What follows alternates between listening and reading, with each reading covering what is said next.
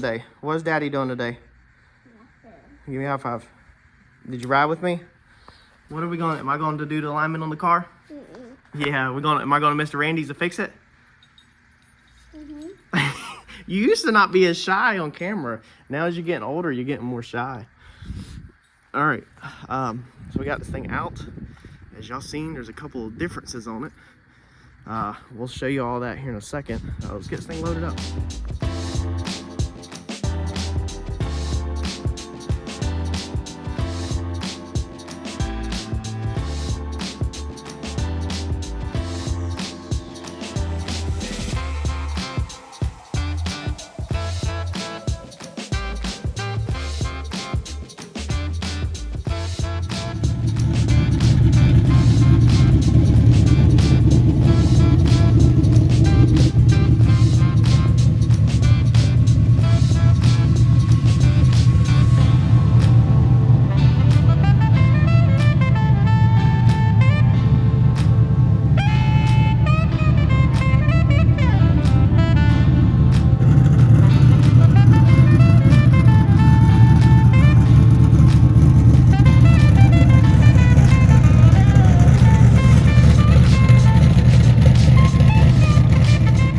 What do y'all think about the stripes? We added the Comet GT stripes. Now these are the factory stripes that belong on a Comet GT if you got it.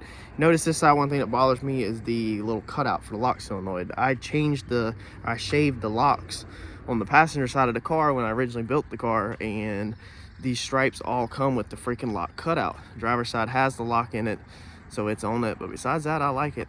We did put the 15x12s on.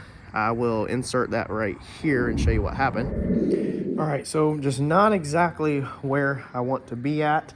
Still, I got the wheels on, and I'm about to chalk these wheels up as a loss because I just cannot get them where I'm happy with it. That's what they look like. I mean, they're not, I guess they're not bad. My overall complaint, I think, is the bead lock. Somebody did mention to put the solid bead lock on the outside. These bead locks, and I told Lyle when we were up there bead locking it, I said all of the bead locks look too flowery, and he agreed with me.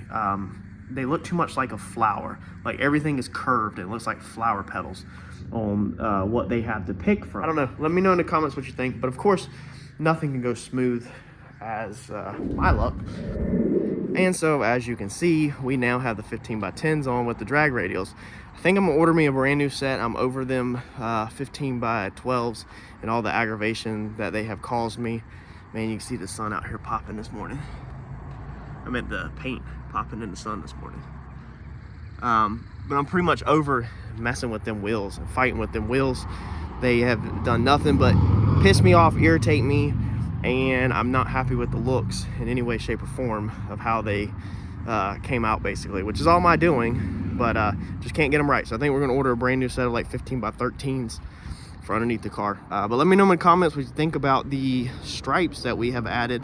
Cars back on radials. We're gonna get this thing aligned, set up today, and hopefully everything done to it, and then move forward slowly with progression. All right, so we got this thing up on the lift. John will be super proud of the extension. I don't know if you could tell, but it's pretty freaking stupid. Mike done a killer job on this, but I'll show you real fast underneath it. There's a lot of new subs on the channel since we did it, or since last time this thing's been on the lift and we've showed underneath it. There's the Mustang 2, what's left of the cross member. So I've cut pretty much everything out of what I started with. As you can see, there's our control arms from the bottom. Our steering shaft has always been extremely close, and somebody will comment about that. It actually touches the paint, but it doesn't ever cause any issues. There's the underside of it, transmission, crossbars. This is all the new stuff we welded in. If you haven't been here long, we just recently did all of that. The trans tunnel, everything's painted underneath here, all the back half. Mike did this rear end not too long ago. He rebuilt this one. We tore this one up. We have not finished the anti-roll bars or nothing. We're changing all of them. But that's the underside radiator. There's a lot of people that jumped on the channel and think that the car don't have radiator. I've had a couple comments about that, the coolant system or whatever.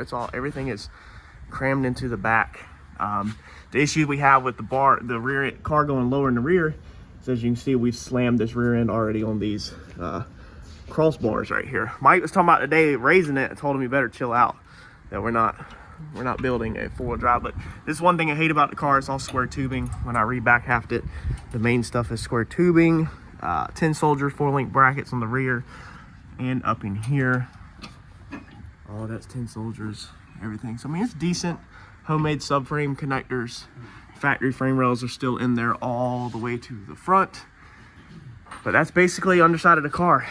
All right, so Mike wanted the fenders off, so I had to pull the fenders back off. Mike, how long did that take? 2 minutes? 2 minutes. 2 minutes. So and they took me to measure something. he was measuring something and he looked up and he's like, dude, the fenders are already off of that car. I was like, yeah. So there's no point in wasting all that time. Sometimes on cars y'all make removable front ends. You can take the factory stuff and make it where it's extremely fast to come off. And if we had the whole front end on it, you literally stripped this car down by yourself in 10 minutes on the front end at the max. And that's taking your time, not scratch paint. I didn't want to take it off because it was all 100% set up with the stripe. But we went ahead and pulled it off because he said it'd make it way easier today. We're gonna string it. All right, Mike is using the string method, the old school string method, the tried and true. Mike is old school. He's old school as crap. Mike's a boomer. Mike, are you a boomer? Oh yeah. So Mike is doing the boomer alignment right here with the string, but it gets it right. Dude, this dude's killer. He's the one that did Randy's car, and it comes straight off the trailer, straight as the arrow. So let's see what he can do on this one. So now every time we go to change this, we have to completely pick the vehicle up, undo the control arms, take them apart, turn the hind joint, put it back in, put everything back down, settle it, and check it every single time. Some people may comment about the adjusters, and it sure would be nice, but Mike said that from his experience, all the years that he's been doing this, he started when he was about 6 years old building race cars. That he just simply he just don't trust them. So the reason why we build these, or he build these like this, and other people builds them like this, probably is because having the adjuster in there, he just simply does not adjust it. If you're wondering why it does not have a traditional like turnbuckle in it. All right, so stringing this side, we got a good bit, Mike, probably 1/4 of an inch, maybe even a half. You're all, no, I mean, I still got 1/4 of an inch or so. Yeah, that tire needs to be turned, it looks like. This tire's gonna go in at the bottom a little bit. Yeah, You still 1/4 inch off? Yeah. It's gotta go in at the bottom. Yeah. Oh yeah, you can see it from back here how bad that front tire is. Way in. Yeah. That's why we're doing this. All right, so on the Mustang 2 spindles, there's nothing to put the angle finder on like Mike's doing right there. So he took off the tie rods and literally just C-clamped some wrenches to it. That's the only spot that's in pretty much flat that we can work off. I just got to figure out what the difference is in the center of the ball joints to that angle I got right there. So. Yeah, might be thinking with his dipstick. So on the steering rack, we're going to have to replace these. You see these bushings right here. Mike just found it. Look how far out that one is. There's these rubber bushings, everything will move out. Brandon, move that steering wheel. Yeah, move that steering wheel. Look at the bushing move. And it's actually, keep doing it, Brandon. I don't know. Yeah, you can see right there how much that one moves.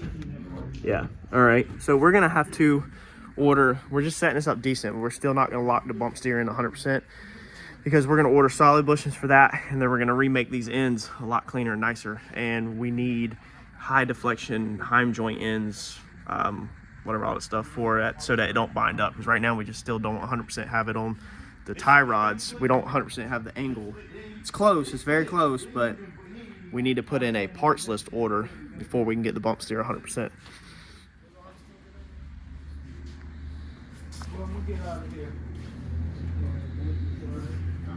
Y'all have a good one. You too, buddy. Real slow. Come on.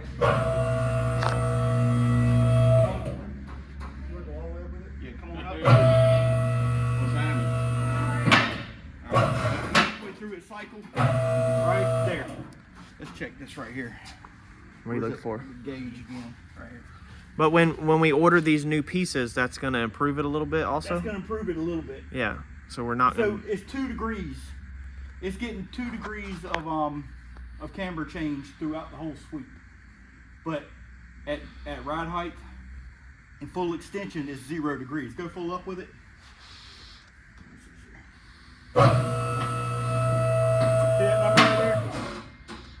Yeah, 0. Come on back down. Oh, you almost bounced straight to 0, but then the steering wheel turned. Go to the side.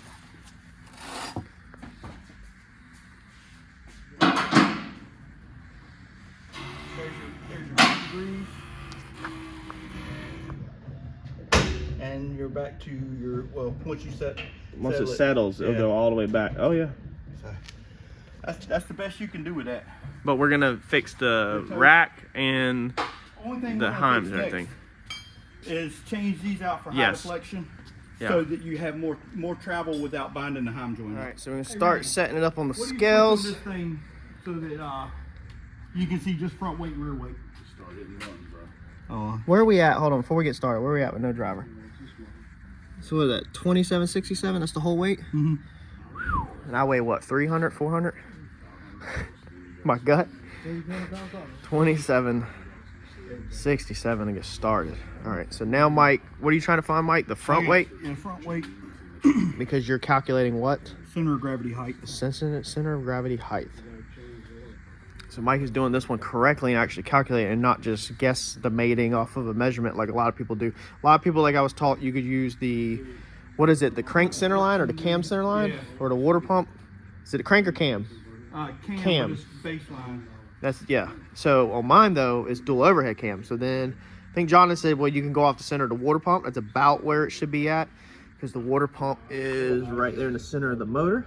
But Mike wants this one accurate this time. So he's actually doing some mathematical, scientific calculations to figure it out. Plain Jane stuff, man. Plain Jane. How tall is that tire on this thing? The fronts, Yeah. they are 26s. 26. Half of 26. So that is with no front end. That weight is no front end on it. So it has the steel fenders, fiberglass hood, fiberglass bumper, plastic lower valence, plastic grille, and the turn signals are pretty heavy on it. But I would guess 50 pounds added to the nose with all the parts hung on it.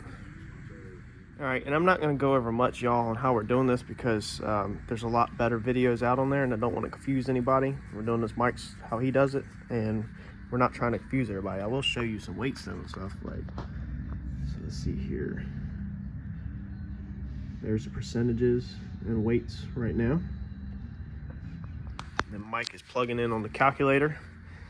Now he did, to find the front center of gravity, we lifted the rear of the car up 12 inches with the fronts on the scales, and then he calculated off of that to find the precise center of gravity versus guessing it. We were off, our old measurement, we were off by 1.75 of an inch to the actual center of gravity.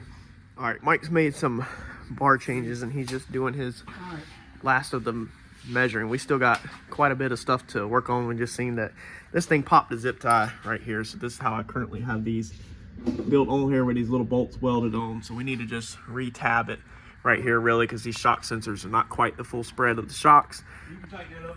Okay, and then Mike wants to also go ahead and re-tab these shocks instead of them being up front. Because I don't think the tabs are mounted equal left to right. So what he wants to do is put these in a jig on here and grind all this paint off and then move tabs back to here. So also lean that shock back a little so it's in the same rotation. So we definitely still have some more work to do before this thing is 100%. All right, so we went ahead and put the rear end piece back in. If you remember a while back, Brandon helped me re-drill that. So we haven't put it in. However, we have to change this. I just ordered chromoly tubing and bungs because these, Mike didn't like the angle they were at, blah, blah, blah. He's made me spend more money and more crap.